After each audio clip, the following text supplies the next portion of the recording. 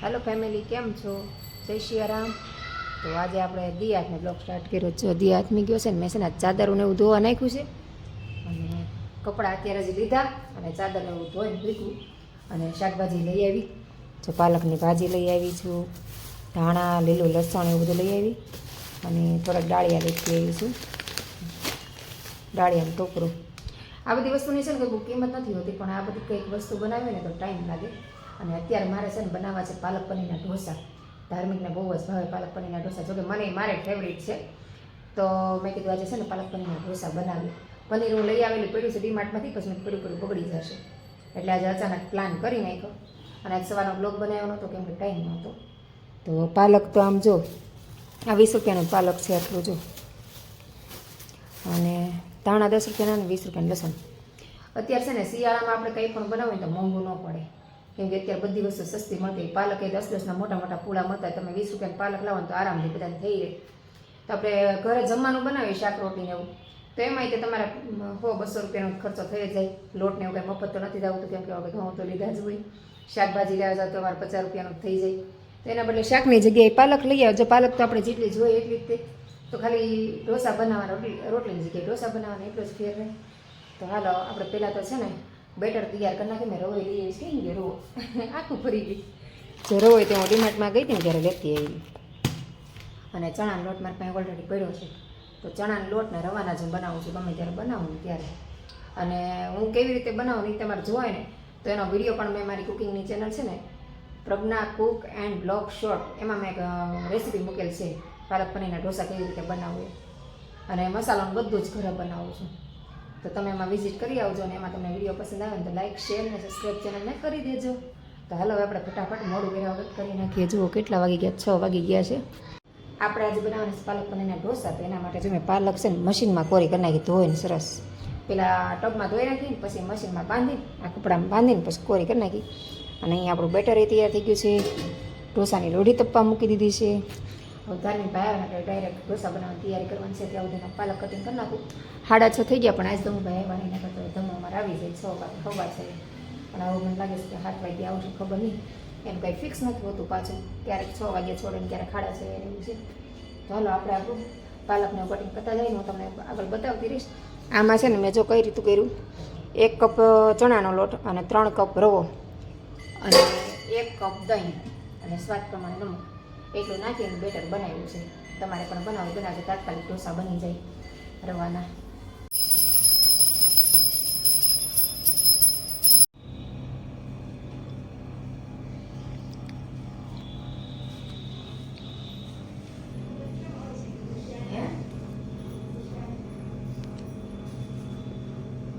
તને સુગંધ બહુ આવી જાય એટલે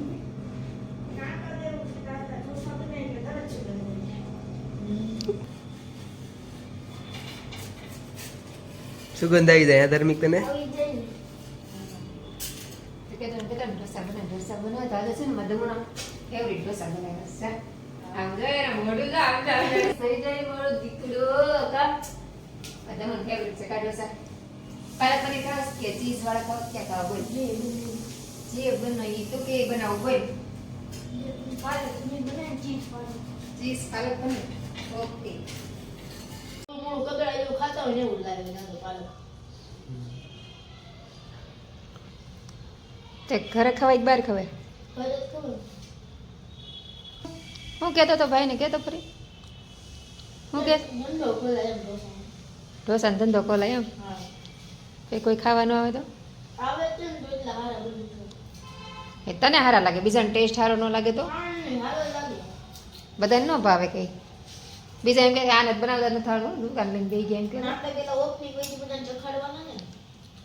પછી બધાને ટેસ્ટ પસંદ ન આવ્યો તો એમ કે આને કરતાં બીજે સારા બનાવે છે।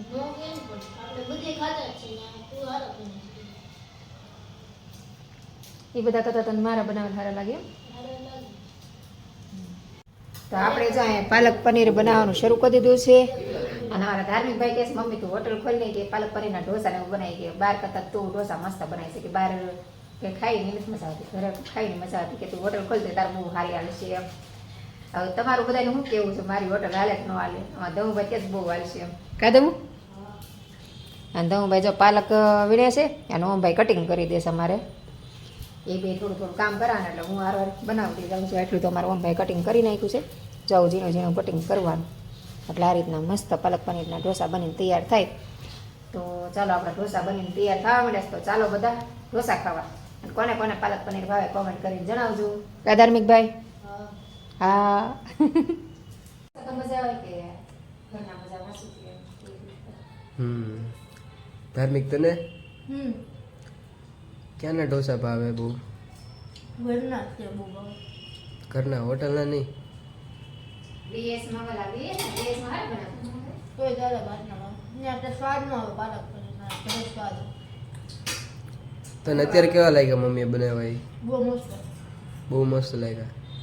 કયા મમ્મીએ બનાવ્યા ઢોસા? પાલક પનીર અને ચીઝ પાલક પનીર. સૌથી વધારે તને કયો ભાવે? Cheese palak paneer. Cheese palak paneer.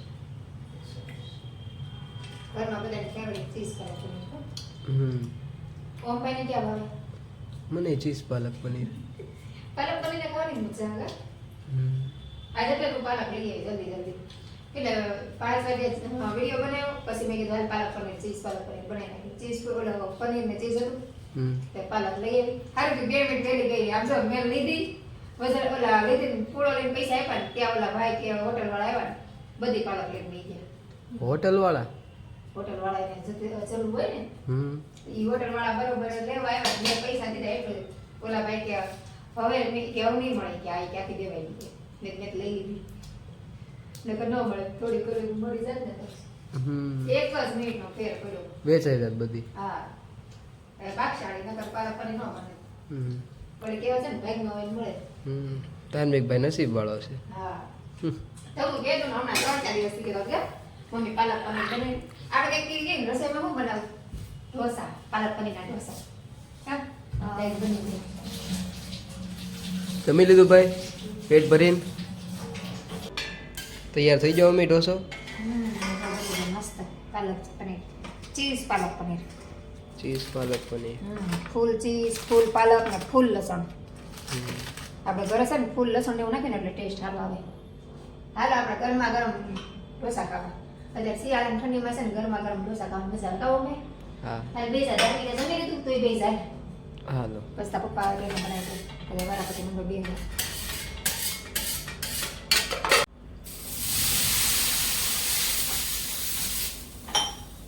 Bus station પર તેલ લગાડી દે.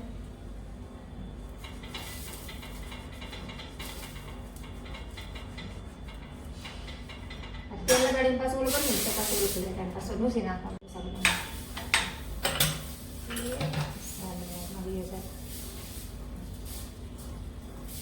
જાય રીતે બટર લગાવી દેવાનું મસ્ત પાલક પનીર બને મસ્ત. પછી આ પાલક સુધારેલી હોય ધોવાની ઝીણી ઝીણી સુધારી દેવાની પછી આવી રીતે નાખવાનું. જાજી મૂકવાની પાલક થોડીક પછી નાખી દેવાનું ઉપર પનીર આમ ખમણી નાખવાનું પનીર. પછી આપણે ઘરે મસાલો બનાવો એ અડે કરું ઓલું શું કહેવાય પનીર થોડુંક વધારે નાખે સમજે. બહાર છે ને લોકો પાલક નાખે પણ પનીર જાજુ ન નાખે. આ છે ને આપણો ઘરનો બનાવેલો મસાલો છે. હાથ જ બનાવું છે પીઝાનો પેલા ઢોસાનો મસાલો. બસ આવી રીતે મિક્સ કરી દેવાનો.